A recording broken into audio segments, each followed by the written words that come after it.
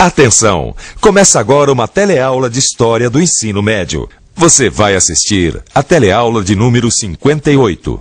Bons estudos! Tempo das coletividades. Este é o nome da unidade 7 do curso de História do Telecurso. Aqui vamos acompanhar grandes massas em ação.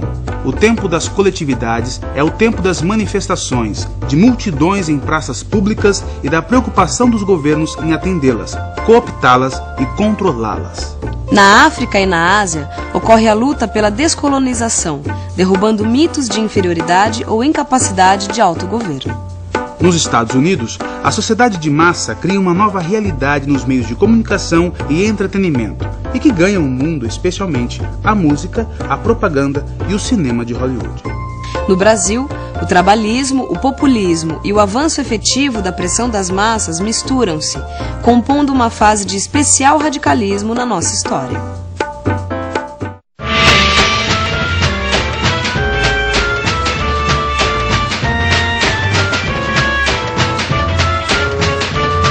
Nesta e nas duas próximas teleaulas, vocês vão ver as transformações sofridas pelo país durante a chamada Era Vargas. Hoje, nós vamos estudar um pouco mais a Revolução de 30. Vamos ver quais foram as forças políticas e econômicas que saíram vitoriosas nessa revolução.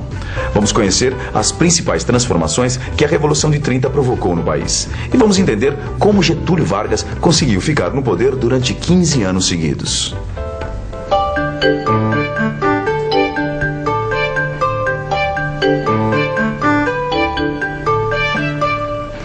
Título do eleitor, lembra a eleição, lembra a democracia.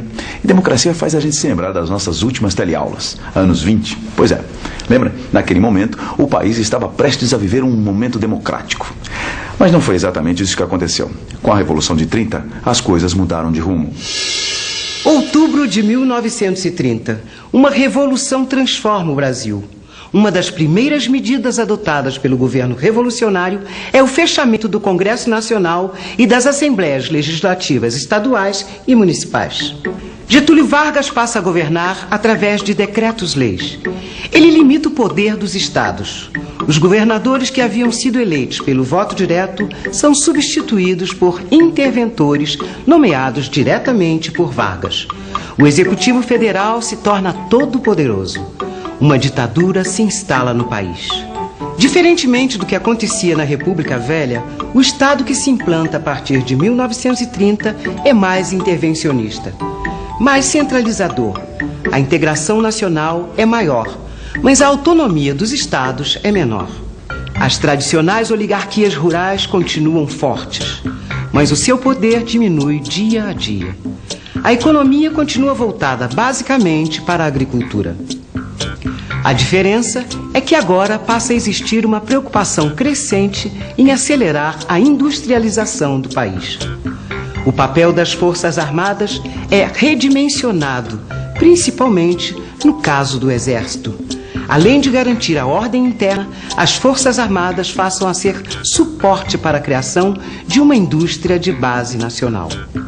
A gente sabe que na República Velha, a questão social era considerada um caso de polícia. Mas depois da Revolução de 30, o social passou a ser considerado uma questão de política. A importância da classe operária começava a ser reconhecida. O governo, então, adotou uma legislação trabalhista que atendia a antigas reivindicações dos trabalhadores.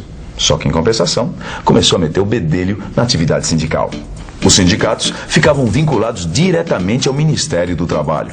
Foi adotado o princípio da unicidade sindical. Quer dizer, legalmente, só poderia haver um único sindicato por categoria profissional.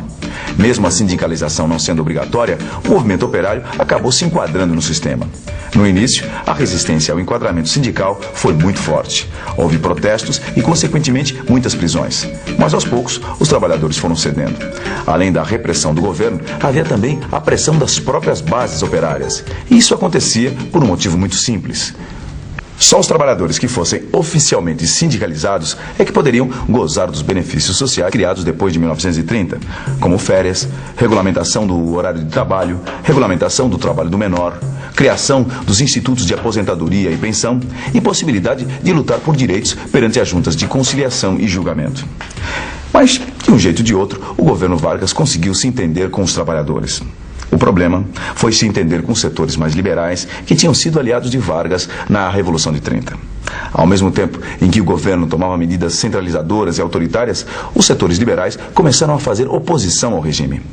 Em julho de 1932, o estado de São Paulo pegou em armas para enfrentar o governo. Este obelisco aqui foi construído no Ibirapuera, em São Paulo, para homenagear um fato que aconteceu aqui nessa cidade em julho de 1932. Será que as pessoas sabem que fato foi esse? Vamos ver. Você sabe me dizer aonde está o obelisco do Ibirapuera? Aqui na frente. É ali.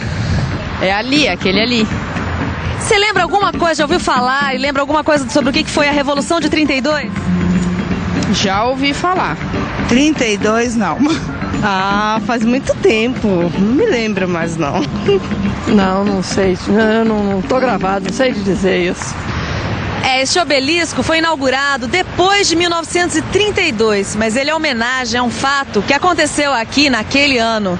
Este fato é a Revolução Constitucionalista de 32. Em julho de 1932, São Paulo levantou-se em armas. Os paulistas sentiam-se prejudicados pelo governo federal. Eles exigiam o fim da ditadura de Vargas e maior autonomia para os estados. Afinal, São Paulo, que era o estado mais poderoso do país, estava perdendo seu poder político. A chamada Revolução Constitucionalista de 32 mobilizou os mais variados setores da sociedade. Cafeicultores, classe média, industriais. O Partido Democrático, que tinha sido uma das principais forças da Revolução de 30, também aderiu ao movimento. A luta durou 3 meses. São Paulo foi derrotado militarmente, mas conseguiu alguns ganhos políticos importantes. O processo de constitucionalização do país se acelerou. E em maio de 1933 foram realizadas as eleições para a Assembleia Nacional Constituinte. 15 de novembro de 1933. É instalada a Assembleia Nacional Constituinte. A nova Constituição é orientada predominantemente por princípios liberais e democráticos. Ela amplia os direitos políticos da população, estabelece eleições diretas para todos os níveis e, pela primeira vez na história do Brasil, as mulheres podem votar.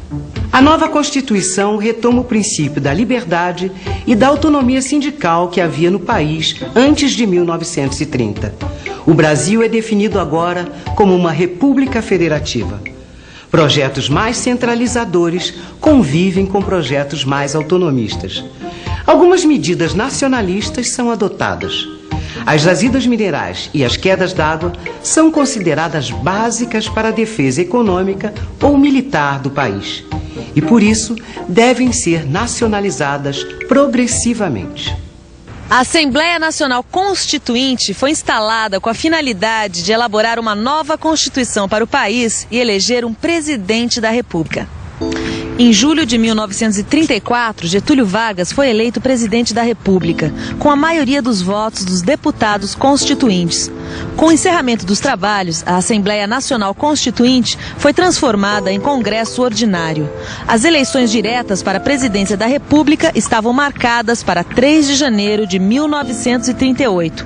Vargas não podia ser candidato. Para modificar a Constituição, era necessário o apoio de 2/3 do Congresso. No seu primeiro discurso como presidente constitucional, Getúlio Vargas não escondeu a sua insatisfação com a nova Constituição. Ele disse privadamente: "Eu serei o primeiro revisor desta Constituição." A Constituição de 1934 era uma Constituição liberal e teve uma vida curta. Com o fim da Primeira Guerra, ideias autoritárias, ideias totalitárias proliferaram em todo o mundo. A democracia liberal entrou em crise. A democracia liberal passou a ser considerada a responsável pela situação de desemprego e miséria que assolava diversos países capitalistas. O nazismo, o fascismo e o comunismo surgiam como alternativas ao modelo liberal democrático. Em 1922, o líder fascista Mussolini assumiu o poder na Itália. Em 1933, com a ascensão de Hitler, o nazismo se tornou vitorioso na Alemanha. Nesse mesmo período, Stalin, o principal dirigente comunista da União Soviética, vivia seus dias de glória. No Brasil, com o fim do regime ditatorial e a implantação de um regime constitucional, o processo político se radicalizou. A vida sindical foi reativada. As greves aconteciam por todas as partes. Dois importantes movimentos mobilizaram as classes médias. De um lado, a AIB, Ação Integralista Brasileira. Esse movimento político, dirigido por Plínio Salgado, foi criado em 1932 e tinha um caráter profundamente nacionalista e antiliberal. O lema dos integralistas era Deus, Pátria e Família. Outro movimento que ia na direção oposta aos integralistas era a ANL, Aliança Nacional Libertadora. Esse movimento, criado em 1935, era inspirado na proposta das frentes populares da Europa. O seu objetivo era deter o avanço do fascismo e do nazismo em escala mundial. A ANL era composta por socialistas, comunistas, católicos e liberais. O movimento combatia o governo Vargas e se propunha a defender os interesses ameaçados das classes populares através da luta contra o imperialismo e o latifúndio. Tendo como presidente de honra o líder comunista Luiz Carlos Prestes, a ANL conseguiu rapidamente mais de 100 mil filiados.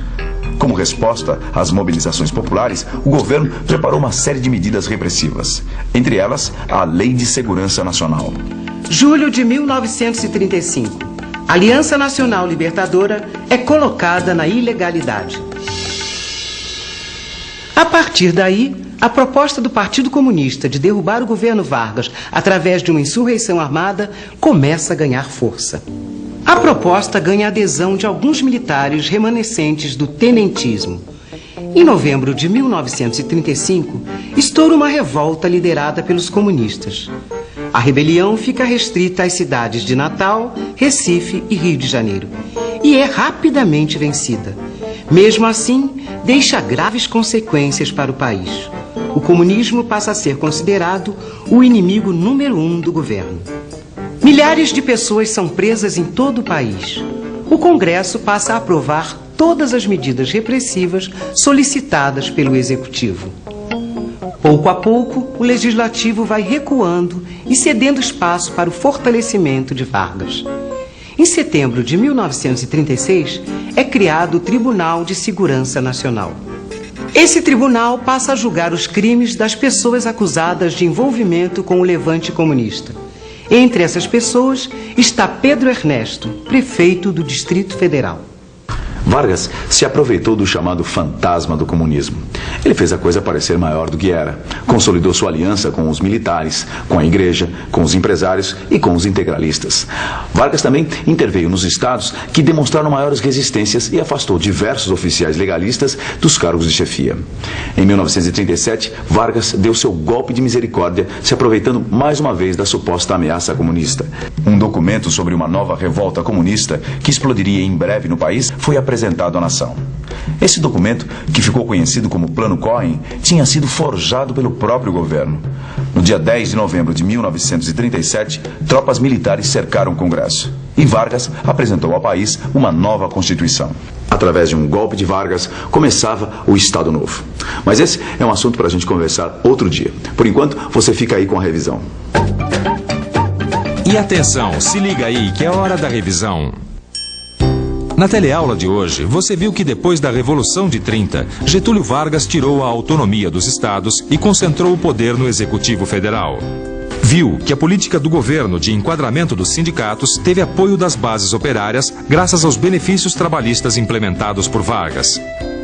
Viu também que um dos principais movimentos de reação ao governo Vargas foi a Revolução Constitucionalista de 1932, que aconteceu em São Paulo. Você viu ainda que depois de ser votada uma Constituição mais democrática, Vargas foi eleito presidente pela maioria dos membros da Assembleia Constituinte em 1934. Finalmente você viu que o clima de liberdade durou pouco. Getúlio Vargas se aproveitou das revoltas comunistas para fechar o Congresso, mudar a Constituição e implantar no país uma ditadura que ficou conhecida como Estado Novo. Na nossa próxima teleaula, nós vamos aprender melhor o que foi o Estado Novo. Aliás, você sabe quais foram as principais medidas adotadas pelo novo governo? Você sabe quais eram os aliados de Vargas e por que Vargas foi deposto em 1945? Olha, se você estudar direitinho o que aprendeu hoje, você vai entender bem melhor o que vem pela frente. Até a próxima.